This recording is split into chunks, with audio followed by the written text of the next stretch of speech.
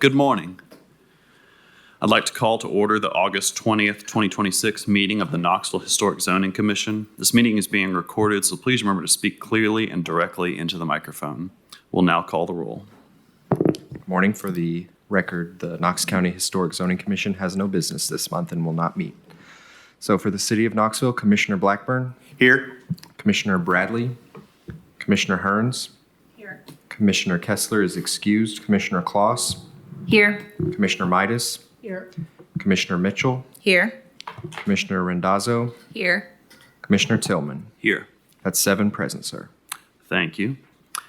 We shall now swear in the speakers. If you plan to speak on any matter before the commission, would you please stand now and reply with "I do" to the following affirmation. If you want to speak, stand. I solemnly affirm that the testimony I'm about to give shall be the truth, the whole truth, and nothing but the truth. You may be seated. Thank you. All speakers are asked to limit their remarks to 5 minutes and should begin their remarks by stating their name and address for the record, as well as sign in at the podium. Appeals of any decision made by this commission must be made to Chancery Court within 60 days of the date of this decision. We'll now have approval of the minutes of the previous meeting. Motion to approve. Second. We have a motion and a second. All those in favor, say aye. Aye. Any opposed? Motion passes. We'll move on to our level 1 staff reports. Can you make the agenda modification? Oh, yes. Scenic Drive, the 720 Scenic Drive the applicant has requested a postponement due to a personal issue. Were there any members of the public that wanted to speak on this item in case you made the trek through the weather? Okay. I'd like to modify the agenda to postpone this. Do I have a second? Second. Okay, we have a motion and a second. All those in favor say aye. Aye. Any opposed? Motion passes. Thank you. Now to level 1 reports. Okay. At 713 Polk Street, the applicant is replacing an asphalt shingle roof with a new architectural shingle roof. At 2106 Washington Avenue, the same project, a new architectural shingle roof with repair and replacement in kind to woodlap siding and trim. At 1730 Washington Avenue, the applicant is repairing an existing slate roof with replacement in kind. They are replacing deteriorated additional roof elements, repairing and replacing in kind wood porch elements with all the replacements to match the existing, repairing existing wood lap siding and exterior trim, and then repointing the brick foundation. At 1310 Luttrell Street is another new architectural shingle roof. At 915 Luttrell Street, it's the installation of new aluminum K-style gutters and downspouts. At 6501 Kingston Pike, which is the Knollwood landmark, this is a new construction building. The applicant is installing a new monument sign. This was the resolution to a new sign that you guys saw on that contemporary bank building several months ago. They're now doing a ground sign that meets the design guidelines for Knollwood. At 30 Market Square, they are installing a new TPO roof. At 7 Market Square, also a new membrane roof on the flat roof section. At 1103 Oak Avenue, the applicant is repairing and replacing in-kind woodlap siding. At 1417 Cornelia Street, there is new roofing on shed dormers on the side elevations. At 305 East Scott Avenue, the applicant renewed a COA related to first and second story porch work. And then at 237 East Oklahoma, the applicant is installing new wood storm windows that meet the guidelines and repairing woodlap siding and wood sills. Thank you. All right, now we'll move into our certificates of appropriateness in Old North Knoxville with 1318 Armstrong Avenue. Okay.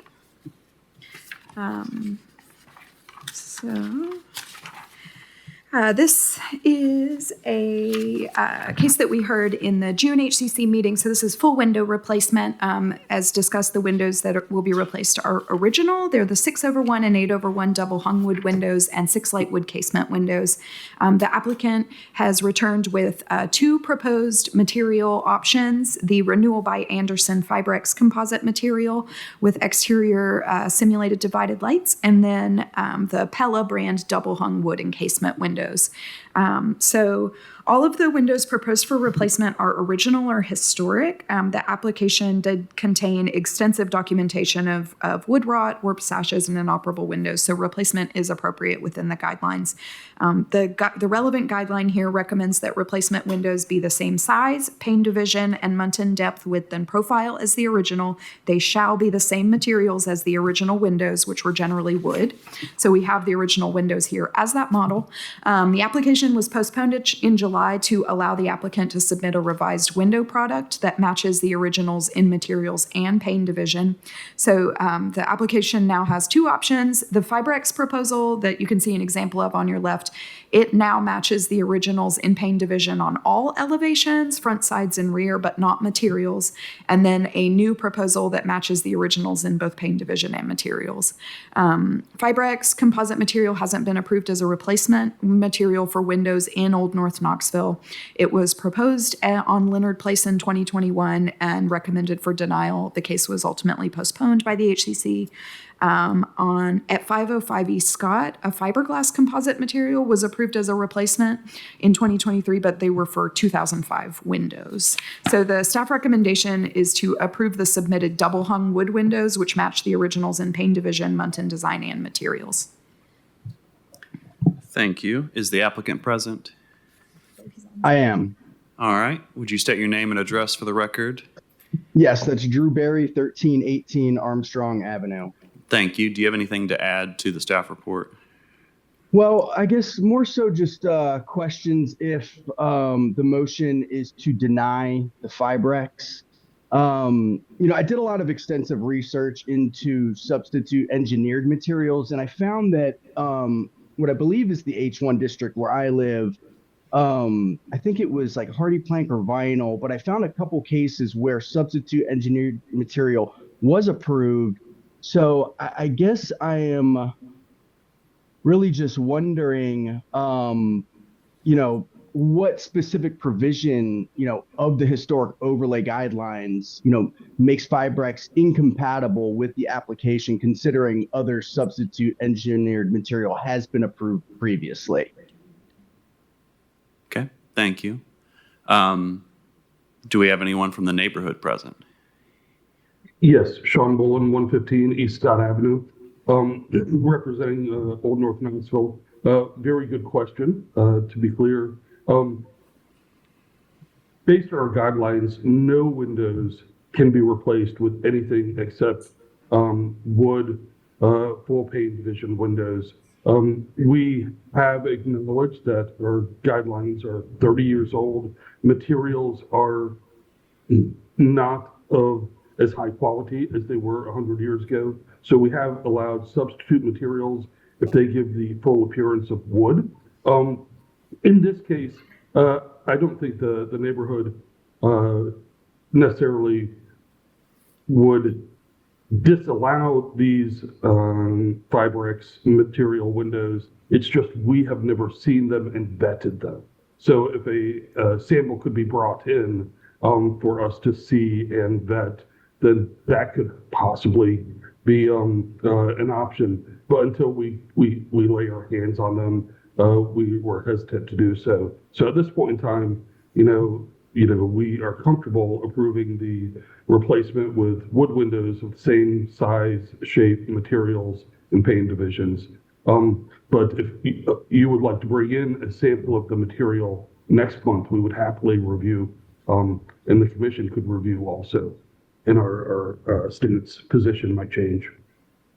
Yeah, I think that should work. I shouldn't have any issues getting a sample of the material. Yeah, that's not a problem at all. So, just so I guess I'm clear here, it sounds like the Pella proposal is approved, but you guys would need to see the actual material for Anderson in order to move forward with that. If I can interrupt, that's the recommendation from staff. So we haven't made motions or approvals yet, just to be clear. But you may continue. Okay. Got it. Okay. Yeah, not a problem. I guess I'll just have to come in person. When is the next, is it, I guess, a month from today? The next meeting is September 17th, but I think that the Historic Zoning Commission will probably discuss this and make a motion before a conclusion is made. Sure. Got it. Okay. All right. Well, I guess I don't have any further comments to add.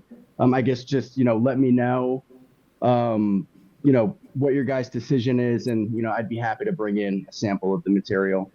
All right. Thank you. Sean, did you have any further comments? No, I do not. We agree with staff recommendation. All right. Thank you. Were there any other members of the public that wanted to speak on this item? If not, I'll open the floor to commission discussion.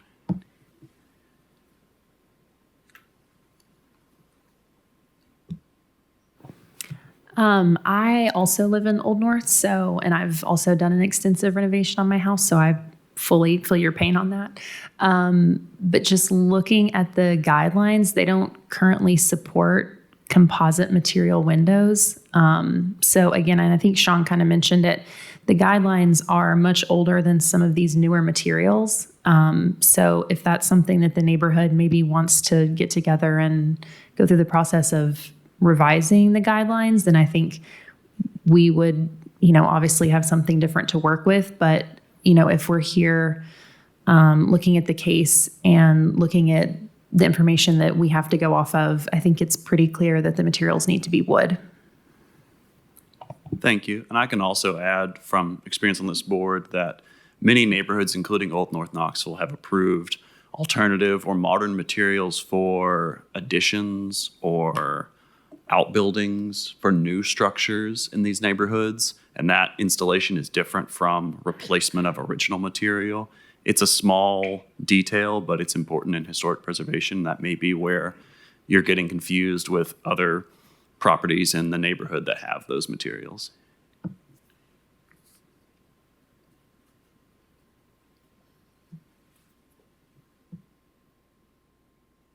Any further comments, or are we ready for a motion? I guess, because I think, am I allowed to speak? I'm sorry. Sorry, I was addressing the board, but actually I should ask you the question of, we have a recommendation from staff. Would you prefer a postponement rather than approval per staff recommendation? Which the staff recommendation would just be for the Pella brand double hung wood.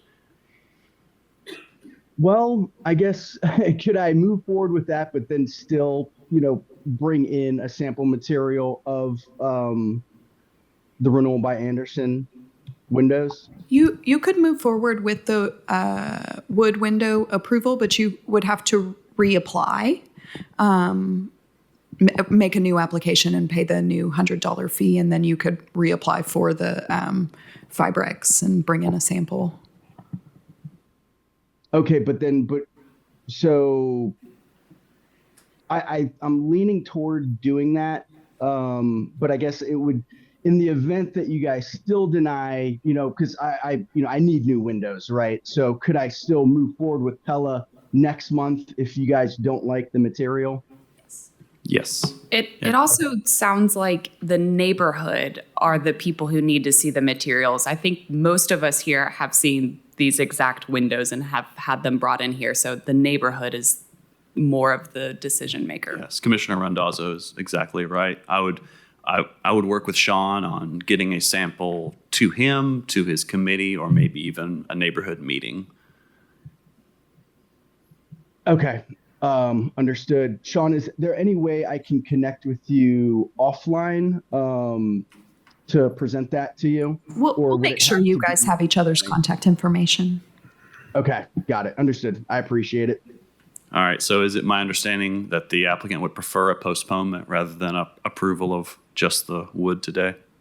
Yes, that is correct. All right, don't let it be said that the commission won't work with applicants. All right, so I'm going to make, oh no, I'm not supposed to make as many motions as chair. Would anyone like to? I'll make a motion to postpone. Thank you. I'll second the motion. All right, we have a motion and a second. All those in favor say aye. Aye. Any opposed? Motion passes. Thank you. And I'll connect you guys just today. I'll provide your information. All right, next, Great, thank you. appreciate it. Next, we'll move on to 1409 Granger Avenue, and I am recusing myself from this application. So this is a new dormer addition to be centered on overall this is an overall exterior rehab, site work, and new additions project. So there is a new dormer addition that will be centered on the rear roof slope, and I'll get to those. The shed roof dormer slopes slightly towards the primary roof line. It will be clad in a zinc cladding with a single light aluminum clad wood venting picture window. The rear stoop is proposed to be enclosed with woodlap siding and trim to match the existing with paired aluminum clad casement windows and a reconstructed original rear door. At the basement level, the applicant is proposing to remove a non-historic wooden closure and install new full light French doors and single light windows, and then there is a new rear deck proposed. We can see the existing conditions of the house here, and we can go back to those. And then there are additional scopes. The applicant is proposing to replace a non-historic front door with a new 3-light wood door, new half-round gutters, and then the application also includes extensive landscaping and hardscaping, which isn't necessarily in the purview of the Historic Zoning Commission, but is very well illustrated and in your application packet. So 1409 Granger Avenue is a contributing resource to the local overlay. The north side of Granger Avenue backs up to First Creek and properties outside of the overlay. You can see that on the site map here. Overall, the proposed dormer meets the guidelines for placement of a new dormer addition. The guidelines do discourage adding new dormers to original roof slopes, but new dormers have been approved in the overlay for elevations not visible from the primary street, primarily at the rear. The guidelines recommend limiting the size and scale of additions in relationship to the historic building and designing them to be compatible in terms of mass, materials, size, texture, and scale. So the proposed dormer has an inverted roof pitch, a square shape from that shed roof, dark zinc cladding, and a full light picture window. All of these are distinctly differentiated from the primary house. The inverted roof pitch is not compatible with the mass and scale of the overall modest craftsman style house. Modifying that roof pitch to be flat, a gable, or a traditional shed roof would reduce the overall scale of the dormer, reduce visibility from the street, and bring it more in line with the guidelines. The front door is appropriate within the design guidelines, along with the proposed enclosure of the rear porch. Infilling this non-historic wood opening is not visible from the street and is appropriate. The proposed deck will be minimally or not visible from the right-of-way. Horizontal metal rails do vary from that square pickets typical for the historic districts. They have been approved on decks not visible from the right-of-way. So the staff recommendation is to approve HE 26HC, subject to the conditions that the rear dormer roof pitch or design be modified with revisions to be approved by staff. We have additional drawings that we can run through as the applicant is here. Would the applicant like to speak on this case?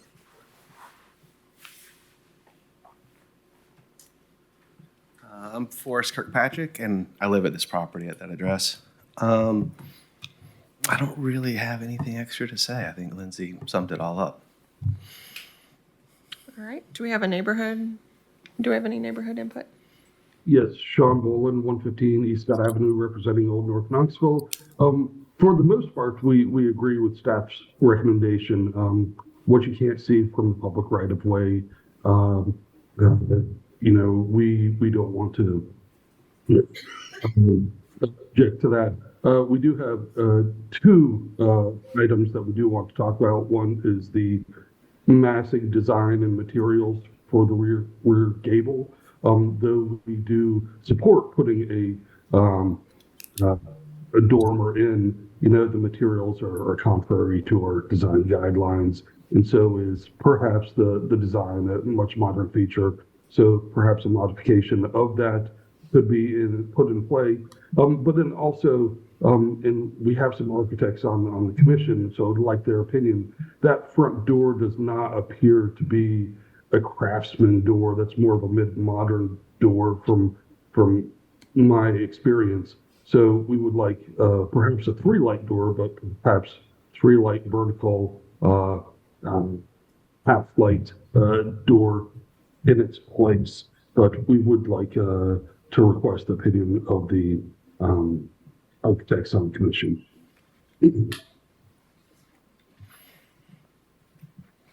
So to summarize, the scale, massing, materials for the dormer, we question, and the front door we question. And then also, I apologize, aluminum clad windows are not allowed. And we just had this conversation in the previous application. And so we do object completely to aluminum clad windows, but everything else we're very comfortable with.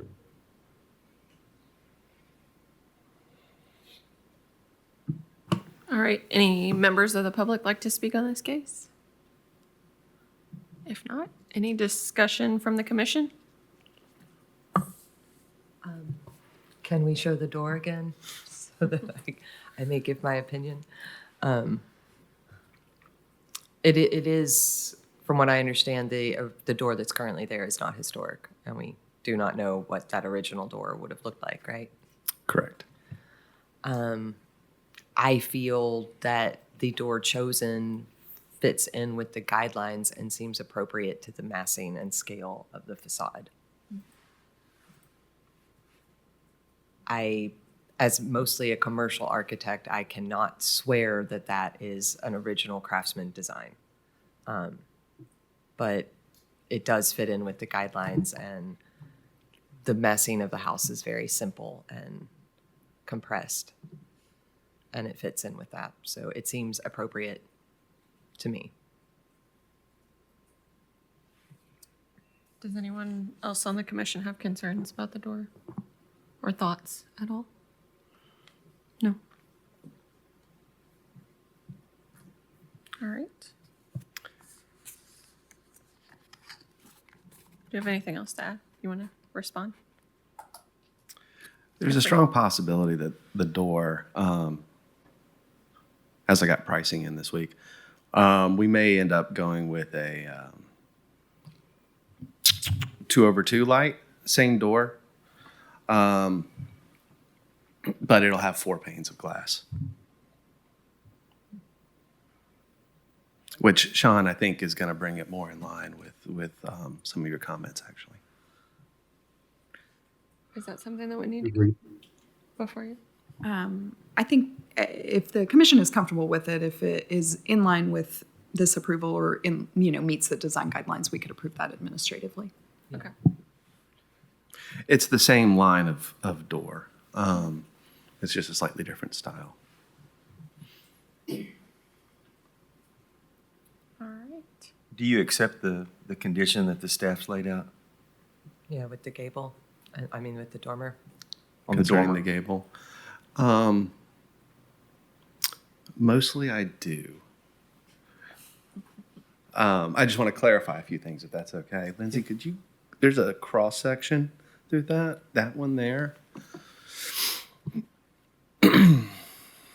And we can work through this with staff approval if this is approved on condition, and I'm happy to work with Lindsay's office on that.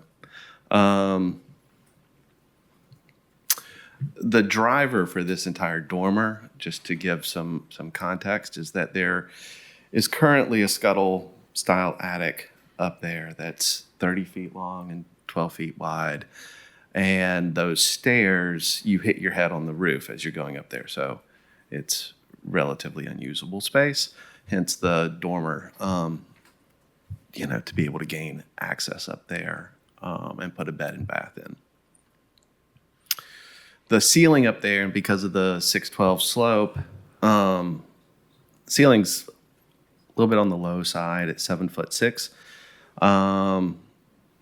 So sloping the gable back towards the roof opens up as much headroom as possible. However, we could make that flat with a very minor cross slope with the metal and satisfy the, satisfy your comments.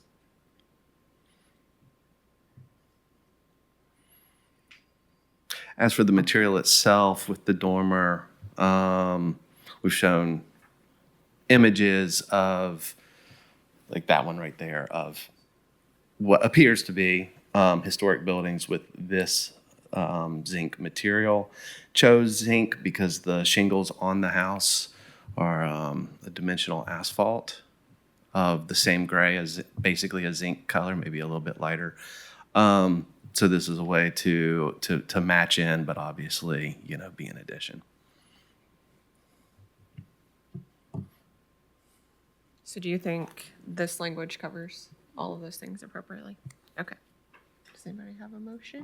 Do you want me to make a motion? I had a quick question for clarification for Sean. So Sean, in your opinion, does the neighborhood support the staff recommendation as it's written? Lindsay, could you summarize the staff recommendation for me, please? The staff recommendation is to approve the certificate subject to the condition. One condition, revisions to the rear dormer roof pitcher design with minor revisions to be approved by staff. We disagree with aspects of it. The guidelines clearly state that these materials are appropriate for the dormer. We are not opposed to the dormer, just the sizing and materials. So we object to that. We object to the aluminum clad windows, and we want to firmly object to that because of the conversation we just had. We can't approve alternative materials on the second reading and the first. And then as far as the front door, we're very comfortable with the suggestion and staff recommendation. But again, it's the materials for the windows and the dormer, because that doesn't match size, scale, shape, overlap, of lap siding, anything. Though we do respect needed headroom and functionality, just the style we don't agree with. Yeah, I would just offer a friendly clarification that aluminum clad wood windows have been approved on additions and on new elements in Old North Knoxville. So the previous case was related to replacement of original wood windows, and this is an addition, being a new element to the building.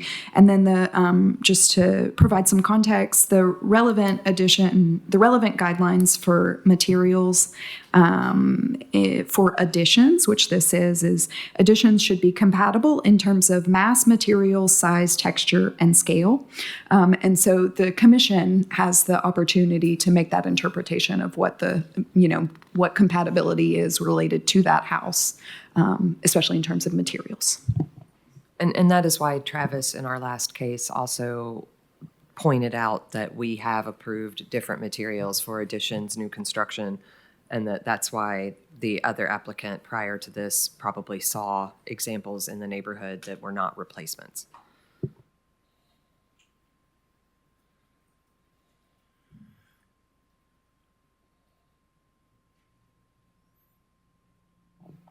I would like to make a motion unless there's further discussion. I'd like to make a motion to approve based on staff recommendation, also including the materials of the addition in that.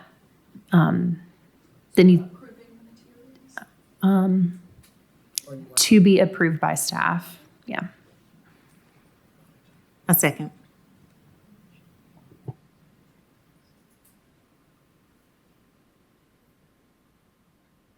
We have a motion and a second. Can we vote? All in favor, say aye. Aye. All opposed? Motion passes. Quick question. Is KUB going to bury that electrical line for you? We've been having this discussion. Because I want to know how you did it. We're working through that. I'll be in touch. Okay. That's some handy information there.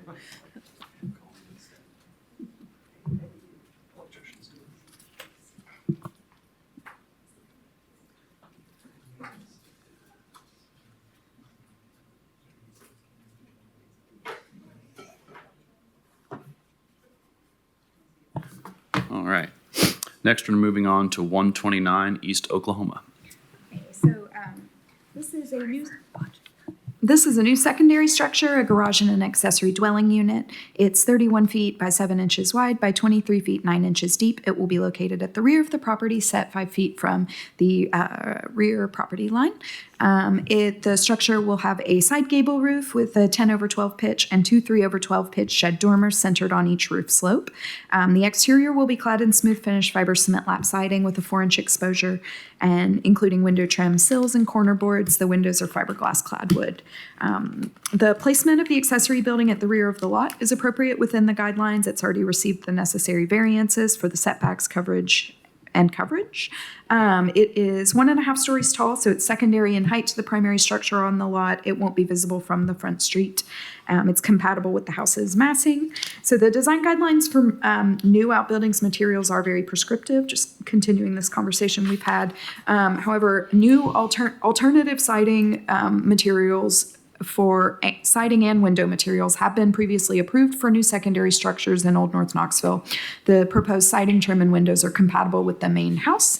And so the staff recommendation is to approve a certificate 8H26HC, subject to the condition that the final specs for garage doors be submitted to staff for approval. Thank you. Is the applicant present?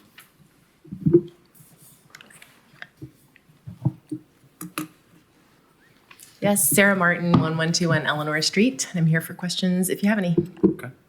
All right. Do we have any neighborhood input on this item? Yes, Sean Boland, 115 East Scott Avenue, representing Old North Knoxville. We appreciate Open Door Architecture's adherence for compatibility for the ADU, and we agree with staff's recommendation because of window configuration, lap siding, overhang trim on windows and corner boards. So we very comfortably support this application as written. Thank you. Any other members of the public that wanted to speak on this item? All right, we'll open the floor for commission discussion.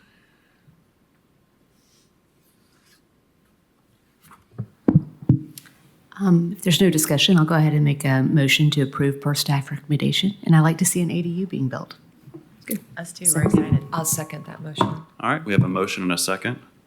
All those in favor say aye. Aye. Any opposed? Motion passes. Thank you. Thank you. All right, next we'll move on to 810 Clinch Avenue. Okay, so this is a new freestanding monolith sign at the Sunsphere.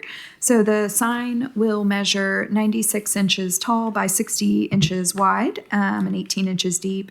It's going to have an electronic messaging center. So it's a 48-inch by 36-inch full color high resolution EMC sign. The sign is clad in vinyl and features acrylic push-through letters on the front and side, and it will be located on the east side of the Sunsphere and near the entry to the visitor center. So it will be on that railing separated from it. So the Sunsphere is a local historic landmark. The applicable design guidelines are the Secretary of the Interior standards. Typically with the SOI standards, the properties reference the Preservation Brief 25, which has guidelines related to new signs.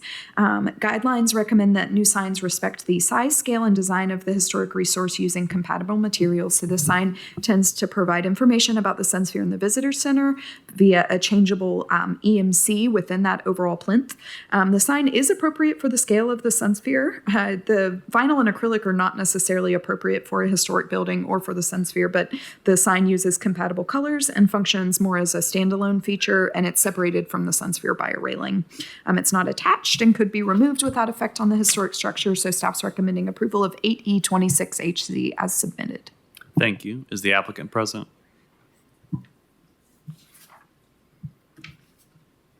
I am Kim Bumpus, President Visit Knoxville 301 South Gay. Obviously, we manage the Sunsphere, and this sign, just to give you a little bit of background, it was a part of the overall plan when we built the Welcome Center a couple of years ago, but we pulled it from that because we were over budget, all the things when you're building a welcome center on a 40-year-old structure. So we are adding it back to the mix. We think it will be a dynamic addition for visitors and for telling the story to our groups that are coming into town and visiting the Sunsphere. So I'm really just here to answer any questions. Thank you. I assume we don't have a neighborhood representative for this overlay. Do we have any members of the public who care about the Sun Sphere and want to speak? I hope a lot care about the Sun Sphere, but Maybe less want to speak. That's all right. All right. Any commissioners want to speak on this item? I'll make a motion to approve based on staff recommendations. I'll second. All right. We have a motion and a second. All those in favor, say aye. Aye. Any opposed? Motion passes. thank you. Thank you. Next, we have a workshop for 1718 Forest Avenue. The official meeting is adjourned. Now we move on to the workshop. We can loosen our ties a little bit.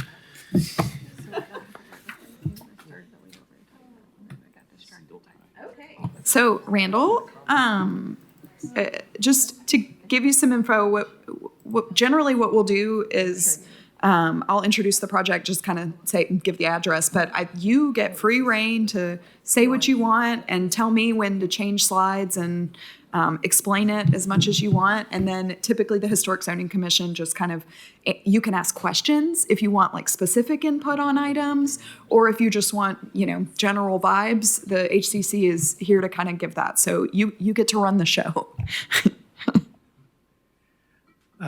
Randall DeFord, 1511 Laurel Avenue. I'm the architect on this project, and it has some challenges.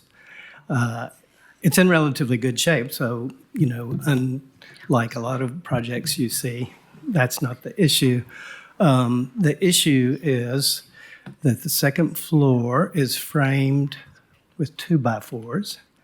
The roof is framed with 2x4s, and the upstairs is 2 bedrooms, and the ceiling slopes like this. And at that maximum point there, you can see a bedroom. It's 6'6", which is about right here. So even Lindsay and I felt a little cramped in there. No. And the stairs that get to those bedrooms is wonky at best. So I met with Aaron Skates from Plans Review over there, and he said if we pull a permit, we have to bring the whole structure up to code, which means the ceiling has to be raised at least a foot. So that's the challenge.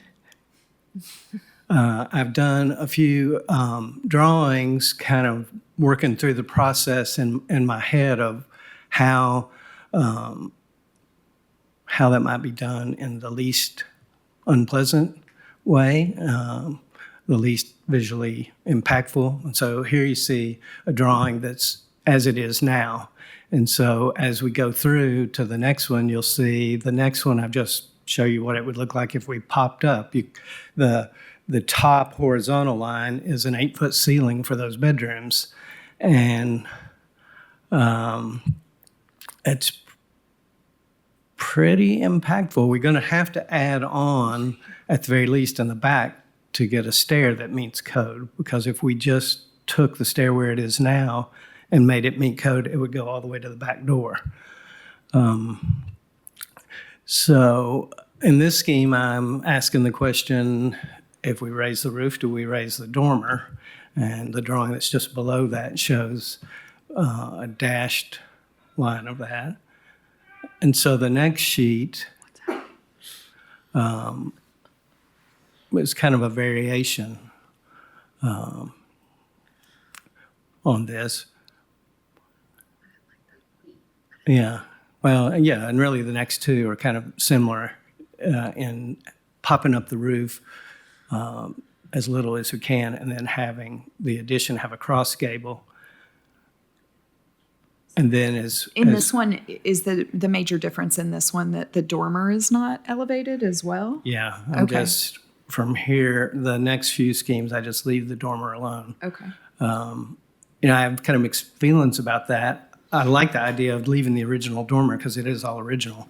But, if the roof grows, should the dormer grow? Right. I don't know. That's one of my questions to you. And so in the next scheme, you'll see this one, I thought, well, what if I put all the addition behind the current ridge so that we can, hopefully, in my mind, it's less visually impactful, because the roof is just going to slope up and there's not going to be suddenly a wall like that gives the effect of a hat. And then the stairs can be back there. And the next one is the last one, and I like it the best because here I'm doing that same thing, just sloping the main roof forward, but then bumping the back addition in a couple of times, and the cross gable would have to have a lower slope to not end up higher than the ridge of the new main ridge. But by doing that, I can make it work. Oh, I had a question. Yeah. I'm assuming you're an architect. I am, yes. Okay. So, did you start off by looking at what the guidelines said? So everything you're presenting to us, you've already gone through the guidelines for? Well, so Randall's has been the neighborhood representative for Fort Sanders. And so he's very familiar with the guidelines, and we, both recognize that this does not meet several guidelines in terms of the rooftop additions and stuff like that. And so we wanted to discuss like the best case options for this, recognizing that some of this stuff is not necessarily in line with the guidelines. With the idea being that you would sort that out once you landed on an option, Sort what out? the parts that don't meet the guidelines. Yeah. Once you settle on an option, then you'll work to make that meet the guidelines. Well, so I think in this project, I think that's one of the reasons that I suggested that Randall do a workshop, is that a decent amount of this is not aligned with the design guidelines. But, basically what needs to happen to the house to keep the house is not necessarily aligned with the guidelines. And so that's why we're kind of discussing this one on the front end.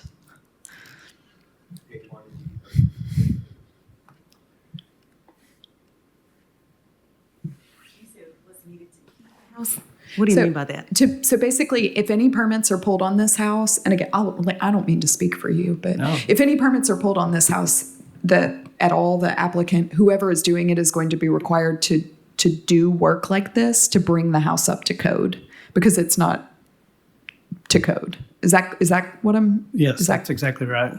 Oh, I guess I'm asking. So it sounds like you all are already saying that some of the stuff that you're anticipating or wanting to do not fit the guidelines of the neighborhood, correct? Well, they certainly push it. I mean, raising the roof, I know that's something you've allowed before, but it's not something that really was anticipated in the guidelines.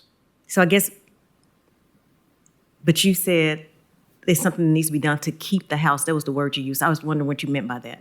If anyone works on this house at all, they will have to do some work like this. So it's either the house remains exactly as is, and it's not to building code. Okay. But it could, without any construction, still operate, because you only have to go to building code when you're anticipating making a change, correct? Correct. Yeah. New work triggers compliance. Right. It's grandfathered in and allowed to stay as it is in perpetuity. Right. But I mean, in the end, that ultimately devalues the home. No one's going to want to buy this home if they can never do anything to it without triggering incredible. But they can live in it the way it is now. Right. And just renovate it like in the inside. No, you can't renovate it because you'd have to pull a permit. You can paint the bedrooms, Right. little things like that. But yeah, I mean, if you want a bigger bedroom or you have a child who's anticipated to be more than 5'10", because that's upstairs, right? Yeah. Are there any bedrooms downstairs? There are 2 bedrooms downstairs. I just want to make sure. I want to make sure that this is a want. As opposed to like somebody could live in a house. A single person could live in a house and not need to make changes. I'm just trying to. Yeah. Okay. It seems like it. If you are okay with the layout and it Right. functions Okay. for you. We don't typically consider the affordability of a project because yes, one person could live in it, but well, I'm just wondering because she said to keep the house, not just needed to understand since we're talking to someone about, because the whole thing was about the guidelines. What does the guidelines allow? And I was just wondering what that, It's not on the demolition docket. No. Right. it's right, okay, that's what I was wondering. But And I I mean, don't- this is an interesting exercise because this would exactly be why someone ends up in front of us saying, let's demolish this house because I can't do anything with it without it costing an insane amount, or, you know, we raise the roof and the guidelines are blown. And so, I mean, this is an interesting quandary. And we have approved, the Historic Zoning Commission has approved minor roof line modifications on multiple houses on Clinch Avenue. There have been some minor changes to roof pitch. And then there was also the situation where the applicant lifted the roof up. This was a masonry house, so there were several widths of brick. And they got like 3 to 4 additional feet of framing and then reconstructed the roof. So those are the types of roof line additions that have been approved already in Fort Sanders. Just for clarification, you said it was someone in the permitting office said trigger. That feels unusual. I assume that it's just because the upstairs is a safety hazard for egress.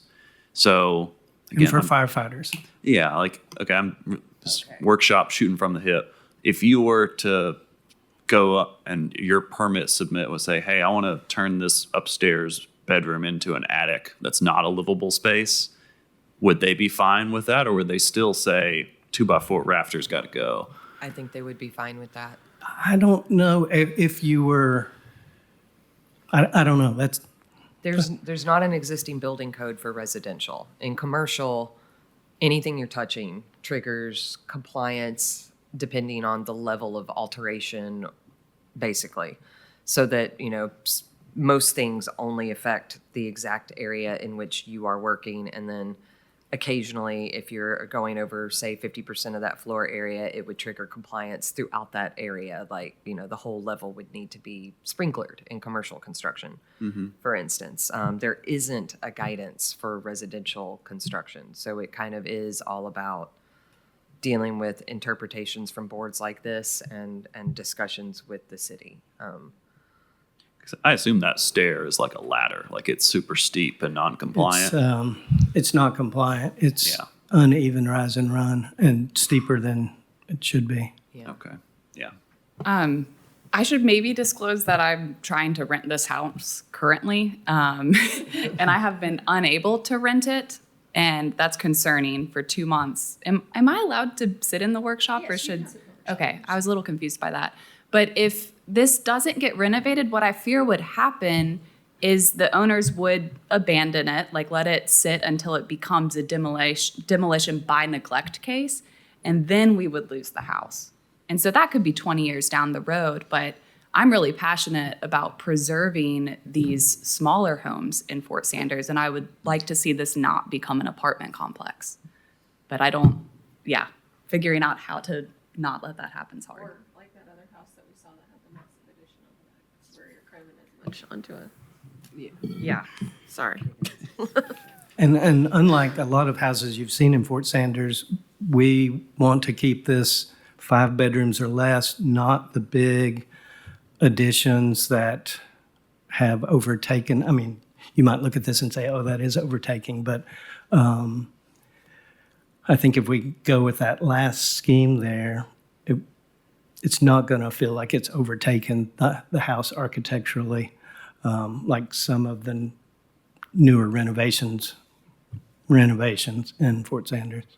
When you go back and scroll slowly from A through E, now that you've seen all of them, we can kind of compare them. There's the site. Please. Just to clarify, there's the site and the possible addition footprint. So existing house footprint. Can I ask before we go through the metamorphosis or the time lapse? Can I just ask everyone to make sure you're turning on your microphone, because we do still record the workshop for CTV. Can I ask are you trying to get more bedrooms into this home, or what's the purpose? The purpose is really to make what's there rentable. If we could get one more, we would, because then we would still be under the residential code. How many bedrooms would that be total? That would be 5. 5, okay. And so there is 4 bedrooms in that. They're that four little house right bedrooms. now. Yeah, they're Okay. small. They're not what you would think of as like modern West Knoxville bedrooms. Okay.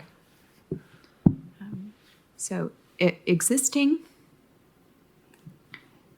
option A,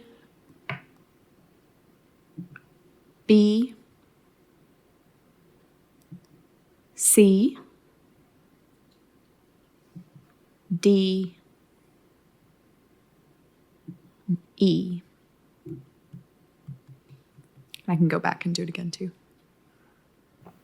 So could there be an option where this served more as a addition that wasn't connected to the original house? So, I mean, the current upstairs bedrooms could be lost, but would it be possible to do an addition and get the same amount of bedrooms?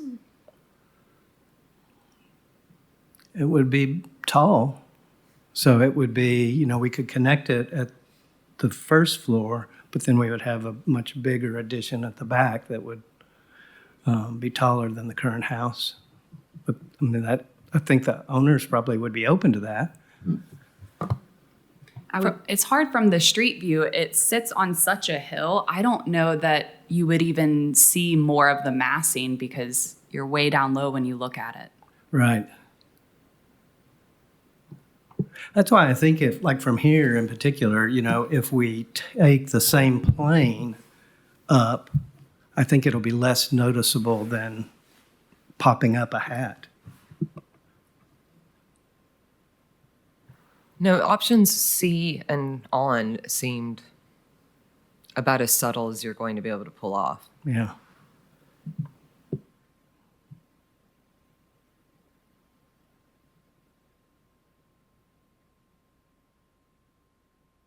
I think this is going to require us to recognize that this isn't going to meet the guidelines. And Normally,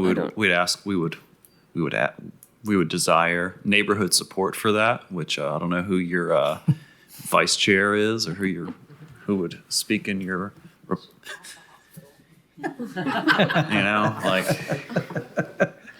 You have to get the Websters. I will give you additional information. There are 3 more houses just like this beyond it, still in the historic, in the NC overlay. So whatever happened, they're not owned by these same people, but just knowing how progress works, I would anticipate whatever happens will happen in the future there too. They will come before you either to do something similar or to do something radically different. Do you expect any neighborhood opposition? No. Steve Cotter doesn't have a problem with it? I haven't asked Steve, but I will if you want me to. See, Fort Sanders has different guidelines than most. Yeah. They end up with these kind of, I don't have a good way to describe it, mullet structures where it's short in the front and tall in the back. Yeah. But I like usually they, truly for like 2 years, I've been looking at them like, that's a mullet, Yeah. Yeah. But, most of the time the ridge line is intact so that is different. But most of them aren't dealing with the slope. Most of them are dealing with the opposite slope where it's descending as you go down so it can get bigger in the back. And the proportion, the elevation from the side looks odd, but from the right of way, it doesn't necessarily. This one, it's a lot harder. Right. And I know like the houses Lindsay mentioned on Clinch where they raised what was essentially an attic and they raised it several feet. We could do that, just raise the whole house, but I felt in a way like that was less respectful of the house. I think these 2 on the screen are examples where the roof pitch was increased slightly. And then they also added side and rear dormers and increased the size of the front dormers.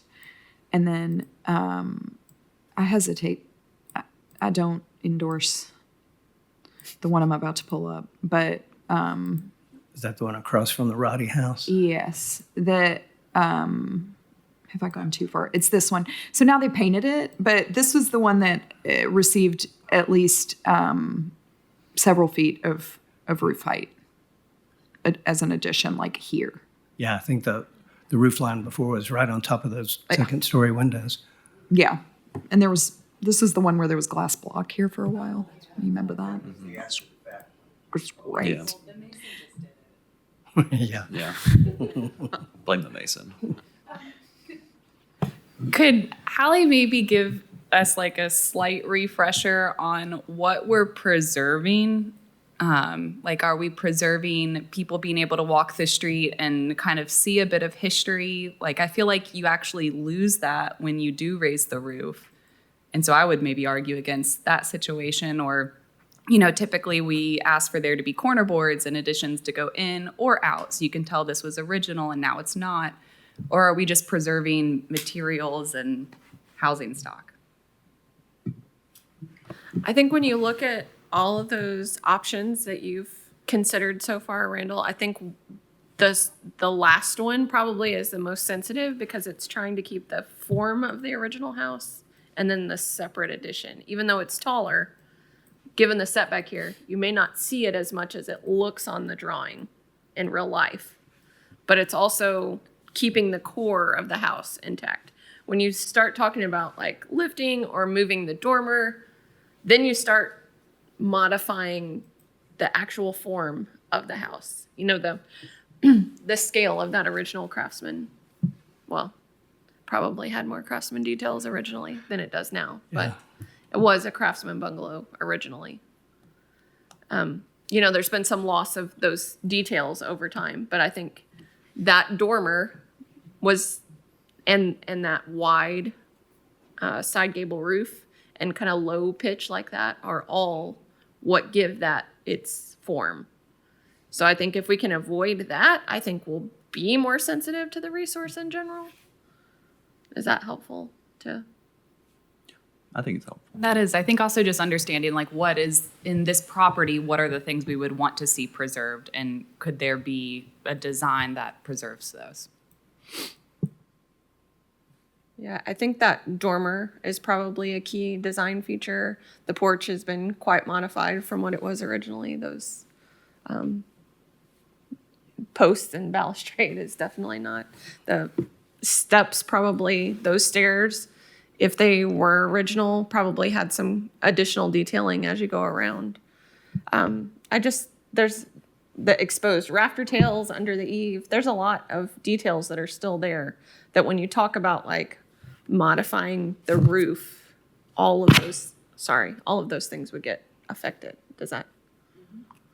So if we are allowed to say do that last scheme, do you see value in keeping the rake board that goes down that'll really no longer represent a real roof, but we could leave an overhang there? And so you would have the sort of the ghost outline of what's there now. Is there value in that? And then I think Lindsay and I found somewhere. Or like where the online. roof goes down like that. Yeah, Right. I think that would be helpful to illustrate what, the form of the house was. And didn't we find some picture online that had an actual overhang there and 3 brackets, one at the peak and one at the 2 ends? So that's something we could put back and at least, take that back to its original. I think that option addresses the sensitivity to the existing, and it merges the roof into what's already there, and it's at the back of the lot. I could get behind that design. I think the site plays into a lot of these cases that we see on Fort Sanders. Some of them are way open, a big open site where you can see all of it from every angle. I think in this particular case, that slope up that hill from that street view, Lindsay, if you can go back to that, it kind of gives you an idea,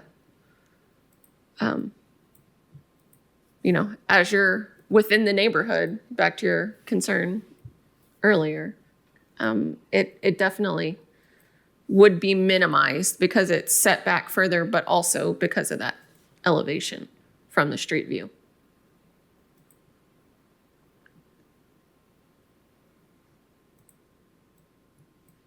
I think one of the questions that I think all of the districts probably need to decide is what is the value of a single-story historic home? Because that's what this originally was. It was single-story with an attic. Someone went in without a permit, put a bedroom up there. Now we're kind of chasing that error from that old contractor and whoever put up those 2x4 rafters. In the context of this neighborhood with its density, like truly, what is the value of keeping it a single story? Because that's like keep it simple, like preserve it. It's that form, that like low slope porch and then mirrored on the back, like, by itself, I think it's pretty cool. It's pretty neat to see that, like that's kind of how my grandpa's house was, and they also, crammed a bedroom in there, and it is, uncomfortable to stand in there. It's definitely not code compliant stairs. Not in Knoxville, don't worry.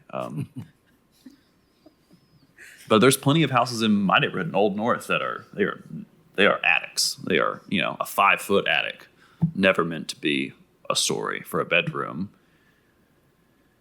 Can we start just adding 3 feet to all of them because we need the space? Like, I'm not saying it like sarcastically, like in a, like we can make modifications. I mean, like we have, the planning department has templates for missing middle housing on how to do things. Like we could do a template of like, hey, you have a single story house and we have a housing crisis. Here's examples of how a craftsman with a, like, not unique. These are kind of common. They're craftsmen. They're sold in department stores. Like, this is how you make a 2-story house out of it. Like, that's a broader discussion, I know. Probably too much for this workshop, but I think that's kind of the root of the issue. Yeah. Well, especially, I'm sorry, go ahead.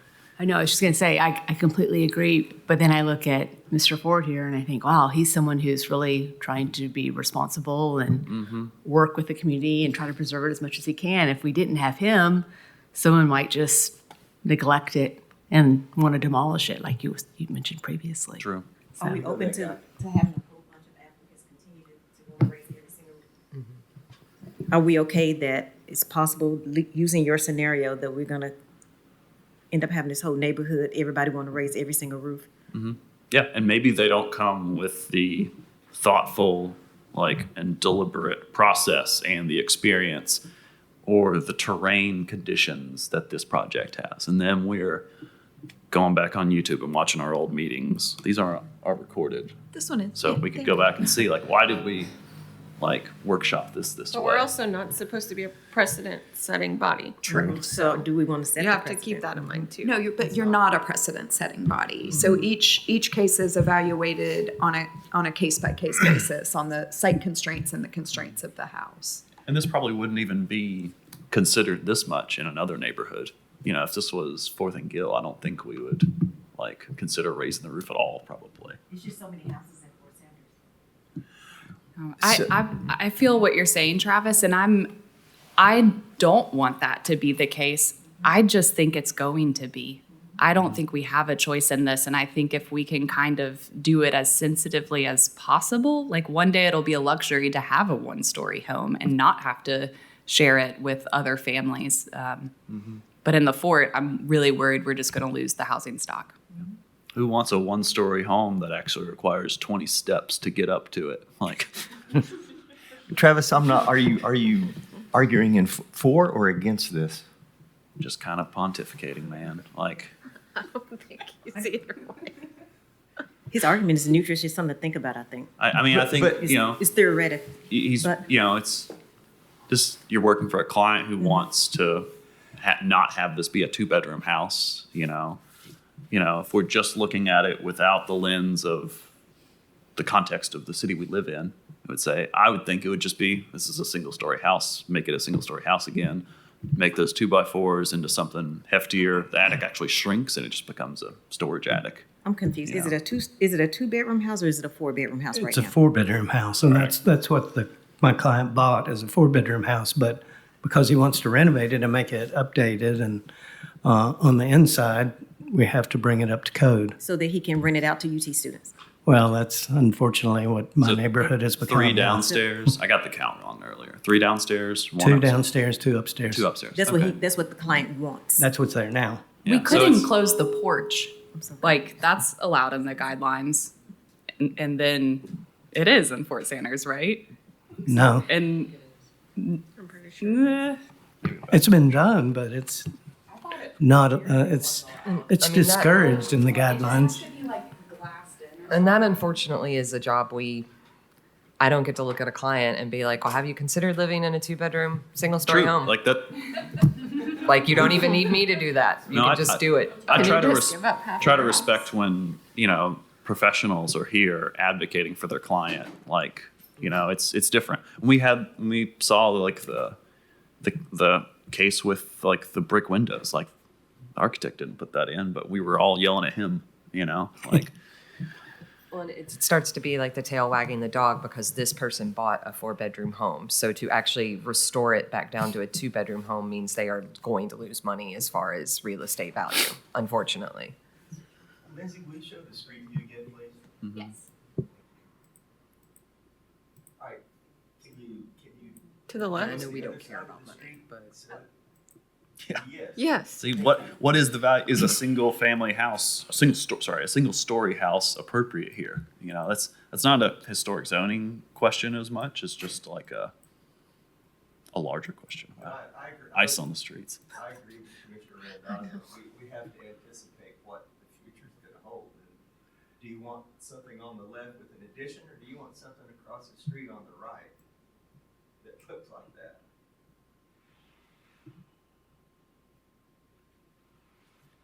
Well, it sounds to me like we're saying, there's potential that we could raise the roof or raise the house a little bit. And I think that that's also diminishing the character, even though it would meet the guidelines. And Right. I don't know at what point I don't know. Redoing the guidelines would be another task.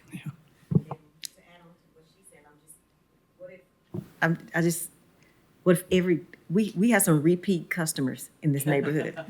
I can just imagine them jumping on this and just going, oh, there's definitely at least one GC and one architect I can think of that would scoop up the other two and just. yeah. So I mean, So and I know we're copyright not setting drawings. precedent, but like, because we like him and he's nice, we're going to approve his and then tell them no. I mean, seriously. No, because- I'm not saying that at all. I think we need to make sure that whatever your final design, this is preliminary thought, when you get to your final form, that we have minimized it as much as possible so that sets a better example for other people. Which that we is can what I refer think to. option E does. Right. I'm opposed to raising the roof, but if Right. you want to add on in a sensitive way like what he's done, I think that's a solution. Yeah, I agree with Rick. Like, it is like, I think it does. I don't know, disrupt, destroy, whatever you want And to if use. somebody comes like, along and has a crazy, 3-story or, some other addition or something that's literally like a box chucked on the back of a house with no effort to minimize the scale or massing of that block, like how this is kind of breaking that block up, all those things we talk about, we would have grounds to push back on them and say, it's not the same, and this is why. If they say, well, it's the same as that other case, we can say, well, it's not, and this is why. Sorry. No, go ahead.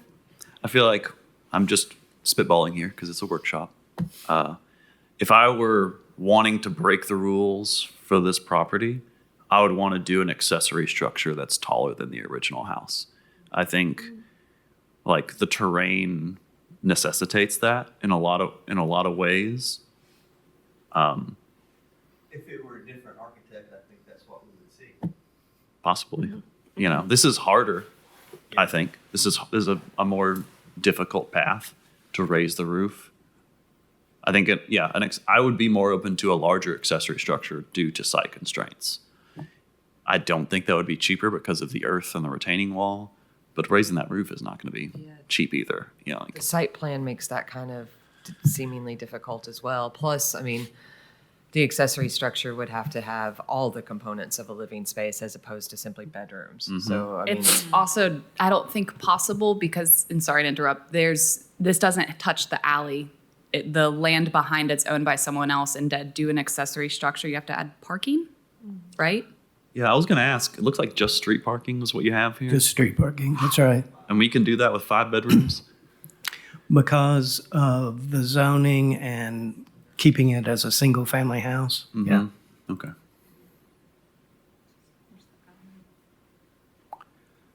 Yeah, this whole block is framed by properties, excuse me, that go to the alley, and then you've got four houses that don't. And believe it or not, that little strip there on the alley used to have two houses, or two structures that were at least rented as houses. Lindsay, just out of curiosity, this might not be a fair question for you, but when all of this other stuff was built, was there no historic zoning commission? Which other stuff? All the crap around it? Well, the boundary, so We're at the boundary the right there. boundary of the overlay is right. Yeah. The boundary of the overlay is right there. So there were some large-scale multifamily buildings that were reviewed by the Historic Zoning Commission. I'm thinking of some further on Highland, but those across the street were not reviewed. But then I think in general, you guys are getting to the meat of the conversation that I think in Fort Sanders in particular, the HCC continues to struggle with reviewing these big additions on the rear and these roofline modifications in this neighborhood. And then I think the design guidelines in Fort Sanders are so, I would say, generous because they're a neighborhood conservation overlay, not a historic district. So they're not as strict. And B, because they were written with so many partners, the university, the hospital, the very few property owners that actually live in the neighborhood, and then the larger property owners, that there were a lot of compromises that had to be made. So Probably should ask you, Randy. yeah. Yeah, it was a real battle to get anything at all, any overlay. And so, like Lindsay said, it was a total compromise by all those partners and more. We had the Chamber of Commerce weighing in, we had Roman Haas weighing in, probably some groups that I've forgotten about. And so it was really just the boundaries were really fought over, and then the guidelines themselves. The Historic Zoning Commission staff at the time was not allowed to produce the guidelines. It was turned over to a planner who worked really more closely with developers. I have this is a personal struggle as someone who reviews all the demolition permits pulled in the city and the county. So one thing I've been seeing a lot lately are a couple of demolition permits pulled in this section of Fort Sanders that are not in the overlay and they're not in the National Register District, but they are character defining blocks for that sort of residential development. And over, we're seeing people pull demo permits of these 1-story, 1.5-story houses, and then what's going to be built there, because they're zoned RN5, are 3-story, 18-bedroom aside duplexes. And so I think one thing, the overlay is a real benefit for us to be able to review anything in this neighborhood, because there are other sections that are unprotected and we're losing them really fast. This one is going away. Oh, geez. And They did suggest lifting that house and relocating it to 1718 Forest, but I don't know how we would do that without approving demolition of 1718 Forest, which wouldn't, I don't know that would meet the guidelines for demolition. Yeah, it's hard. I was going to ask, moving the house, because again, the context is the oddball, because it's, across from a huge apartment complex, single-story house in a neighborhood that needs multi-story. Yeah.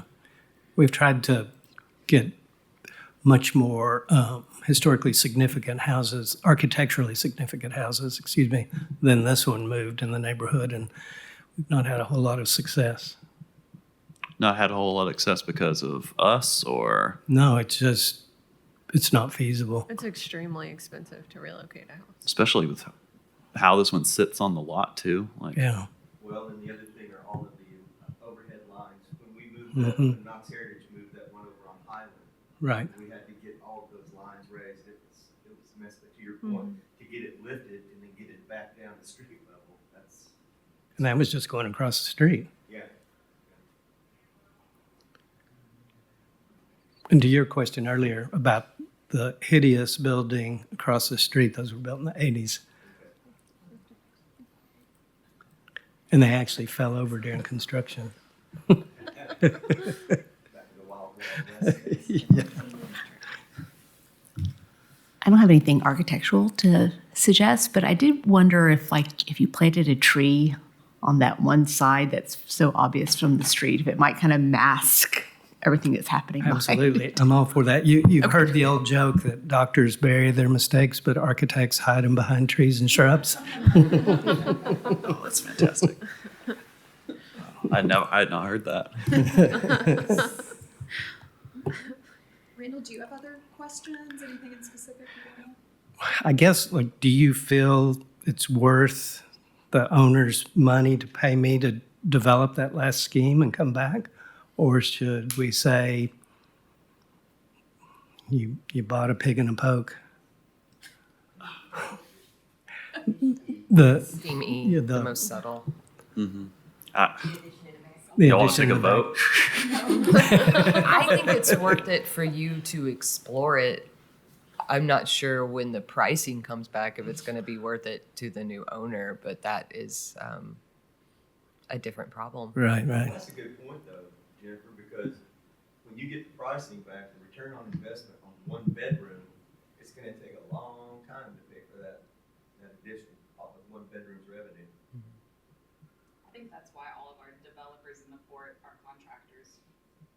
They already know. Yeah, I mean, construction prices for residential, I wouldn't do that if I had the money. One of the owners is, yes. There we are. Then they probably have a decent idea then of what it's going to cost. I think I said it already. I agree with Rick. I think option E is the most subtle. I still don't think it meets the guidelines. Does it break them enough or meet them enough? That's really hard to say.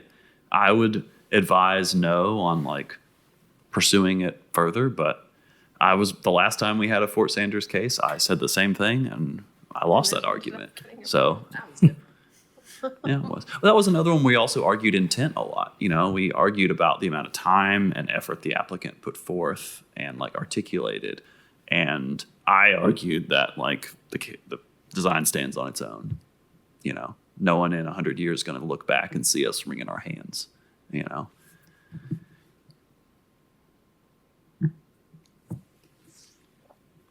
are you saying you're still opposed? I think so, yeah. But I've been wrong before. What is the conclusion there? I think, yeah, I'm still opposed, I think. And I think ultimately, you guys are not, from a workshop, you guys are not required to give a, you know what I mean? And this is not a binding. Yeah. This is, and this is. Telling you how I feel. Yeah. Well, I appreciate that. And hopefully that helps. Yeah, hopefully that's useful to you. I mean, I feel E is a thoughtful, sensitive alteration or a design move on this. Travis, was your thought that is it the continuation of the roof line that's kind of the... Yeah, it's losing the original ridge line. Okay. We've seen the mullet structures where they'll either meet or just go just below that ridge line and go back, and we still have that front elevation preserved or partially. We raise it a foot. We make the 2x4s 2x10s. How much proportion is really lost in just some framing upgrades. Let me ask this: if you go back to scheme A, what if we did that scheme there, but it's all just pushed back to the back edge of the house, and just basically a cricket between the addition and the existing gable? You like that idea better? I like that one too. That one in E. You disagree? That's fine. To me, it's overbearing. Yeah, the overall proportions of the gable to the front porch are probably lost there. But the roof line I think is better. It's different. Lisa, how much does what's the value of one bedroom rental? $1,000 a month? In a house in this location, $1,500. Okay, 1,500 times 12 is what, 18,000? Right, something close to that. So 18,000 a year. How many years is it going to take you to pay back the cost to build that?